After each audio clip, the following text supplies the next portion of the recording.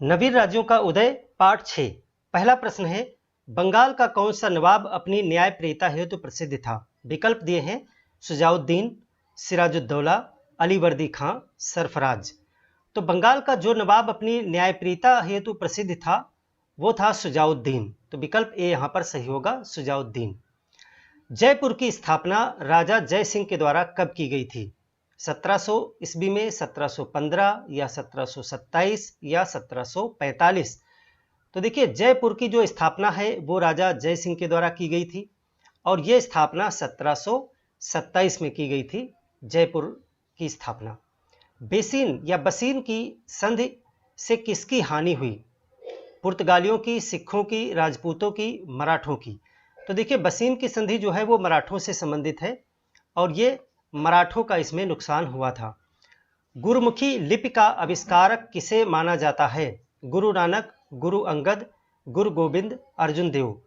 गुरुमुखी लिपि जो है उसका आविष्कार गुरु अंगद के द्वारा किया गया था। तो गुरु अंगद को गुरुमुखी लिपि का आविष्कारक माना जाता है।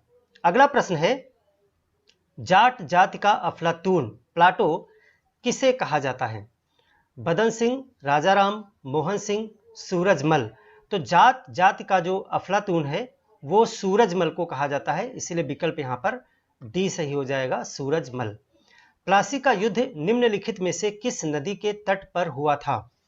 प्लासी का युद्ध हुगली नदी, कोसी, भागीरथी या गंगा नदी? तो देखिए, प्लासी का युद्ध जो है वो 1757 में हुआ और अगर नदी की बात करें तो ये गंगा की सहायक नदी भागीरथी के तट पर प्लासी युद्ध हुआ था। विकल्प सी सही है। किस मुगल शासक ने मराठों को सर्वप्रथम उमरा वर्ग में शामिल किया? उमरा वर्ग जहांगीर, अकबर, शाहजहां, औरंगजेब? तो देखिए, मुगल शासक की बात की जा रही है जिसने मराठों को उमरा वर्ग में शामिल किया था सबसे पहले, तो वो शासक था जहांगीर। सर्वप्रथम मुगलों से मान्यता प्राप्त करने वाला मराठा शासक कौन था? तो मुगलों से मान्यता प्राप्त करने वाला जो मराठा शासक है, विकल्प है साहू, शिवाजी, राजाराम, संभाजी? तो यहाँ पर जो साहू जी हैं वो पहले ऐसे शासक थे मराठा जिनको मुगलों से मान्यता मिली हुई थी। शिवाजी की कौन सी पत्नी उनके साथ सती हो गई थी? विकल्प है पुतलीबाई, राजसबाई, जीजाबाई, ताराबाई? तो शिवाजी की पत्नी जो उनके साथ सती हो गई उनका नाम था पुतलीबाई। विकल्प ए सही है।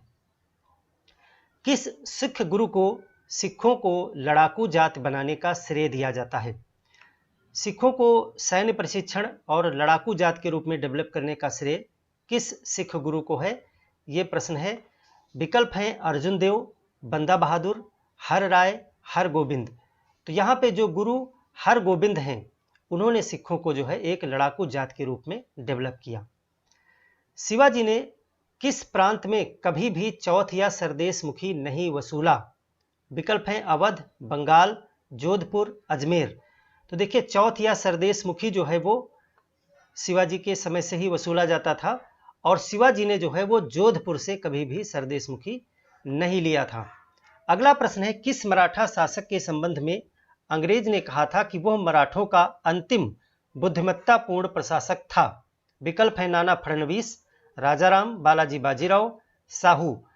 तो देखिए, अंग्रेजों ने जो मराठों के विषय में कहा कि इनका एक अंतिम बुद्धिमत्तापूर्ण प्रशासक था, वो कहा गया था नाना फडणवीस के विषय में, नाना फडणवीस।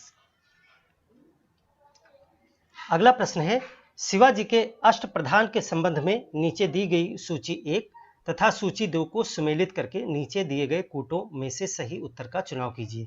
देखिए, यहाँ पे कुछ पदनाम दिए गए हैं और उनके कार्य दिए गए हैं, आपको मिलाना है। तो मजूमदार आमत्य, जो आमत्य होता था, आमत्य वित्त मंत्री होता था, तो आमत्य को वित्त मंत्री से मिलाएंगे, यानी ए को 5 से मिलाएंगे। वाकया नवीस, किसी भी वाकया का जो समाचार देता था, यानी गुप्तचर एवं डाक प्रमुख, ये होता था वाकया नवीस। तो बी जो है वो सही मिला हुआ है। दबीर या सुमंत, सुमंत जो है वो विदेश मंत्री होता था, तो ये भी बिल्कुल सही मिला हुआ है, विदेश मंत्री सुमंत। पंडित राव, पंडित राव जो है वो धार्मिक मामलों का पंडित होता था, तो ये भी बिल्कुल सही मिला हुआ है। और चिटनेस, चिट भेजने वाला यानी चिट्ठी भेजने वाला, तो जो चिटनिस है वो शाही पत्राचार का प्रमुख होता था, तो यहाँ पर ई को 1 से मिलाएंगे। आमत जो है वित्त मंत्री है, चिटनिस वो शाही पत्राचार का प्रमुख है, और बाकी ये सभी सही मिले हुए हैं और इसी के आधार पर आप सही विकल्प का चुनाव करेंगे। अगला प्रश्न है, सूची 1 तथा सूची 2 को सम्मिलित करके नीचे दिए गए कूट में से सही उत्तर चुनिए। आंग्ल मैसूर और आंग्ल युद्ध, प्रथम मैसूर आंग्ल युद्ध, द्वितीय मैसूर आंग्ल युद्ध और तृतीय आंग्ल मैसूर युद्ध, चतुर्थ आंग्ल मैसूर युद्ध, और यहाँ पर जो है अंग्रेज अधिकारियों के नाम दिए गए हैं, किस युद्ध से कौन संबंधित है। तो यहाँ पर देखिए, जो प्रथम मैसूर आंग्ल युद्ध है वो सर जनरल स्मिथ से संबंधित है, यानी 1 को 3 से मिलाएंगे, सर जनरल स्मिथ, ये प्रथम आंग्ल मैसूर युद्ध में। और जो द्वितीय आंग्ल मैसूर युद्ध है उसके समय में सर आयरकूट, ये जो है बी से मिलाएंगे। तृतीय आंग्ल मैसूर युद्ध जनरल मीडोस, यानी कि ये सी से मिलाएंगे। और जो चतुर्थ आंग्ल मैसूर युद्ध है वो जनरल स्टुअर्ट, तो ये डी से मिला देंगे। इस प्रकार से आप सही उत्तर का चुनाव करेंगे। अवध के नवाबों का सही कालानुक्रम क्या है। यहाँ पर कुछ अवध के नवाब दिए गए हैं जिनका आपको सही क्रम इसमें से ढूंढना है। तो देखिए, सआदत खां जो है पहले नवाब थे, तो सआदत खां 1 नंबर पे हो जाएगा। और इसके बाद में वजीर अली, तो वजीर अली जो है वो दूसरे स्थान पे आ जाएंगे। और तीसरे नंबर पे सआदत अली 3 नंबर पे, और फिर वाजिद अली, जो वाजिद अली शाह जो है वो अंतिम नवाब थे अवध के। तो ये क्रम हो जाएगा सआदत खां, वजीर अली, सआदत अली द्वितीय और वाजिद अली शाह। निम्न में से कौन मराठा वंशज पेशवा को अपना स्वामी मानते थे। देखिए, पेशवा का पद जो है वो मराठों का सबसे प्रमुख होता था। इसके पहले जो है वो छत्रपति हुआ करते थे, और एक संघ के द्वारा जो है वो छत्रपति से पेशवा पद जो है वो सबसे प्रमुख बनाया गया था। तो इसमें विकल्प दिए हैं सिंधिया भोसले, भोसले गायकवाड़, सिंधिया गायकवाड़, सिंधिया और होलकर। तो इसमें जो मुख्य रूप से सिंधिया और होलकर हैं ये पेशवा को अपना प्रमुख या स्वामी मानते थे, तो विकल्प यहाँ डी सही है। मराठा प्रशासन की सबसे छोटी इकाई जो गांव से कर संग्रह का कार्य करती थी। विकल्प हैं मिरसदार, कुलकर्णी, पाटिल, पोटनिस। तो जो सबसे गांव की छोटी इकाई से जो कर संग्रह का कार्य, सबसे छोटी इकाई जो गांव होती थी वहां से जो कर संग्रह का कार्य करते थे उनको कहा जाता था पाटिल। तो विकल्प सी यहां पर सही है। अगला प्रश्न है, शिवाजी की अंतिम विजय कौन सी थी। जावली, तोरण, कोल्हापुर या जिंजी। तो जो अंतिम विजय है शिवाजी की वो जिंजीगढ़ जो था, जिंजी, वो विजय अंतिम विजय है। श्रीरंगपट्टनम में स्वतंत्रता का वृक्ष किसने लगाया था। स्वतंत्रता का वृक्ष विकल्प दिए गए हैं हैदर अली, टीपू सुल्तान, चिक्का कृष्णराज, देवराज।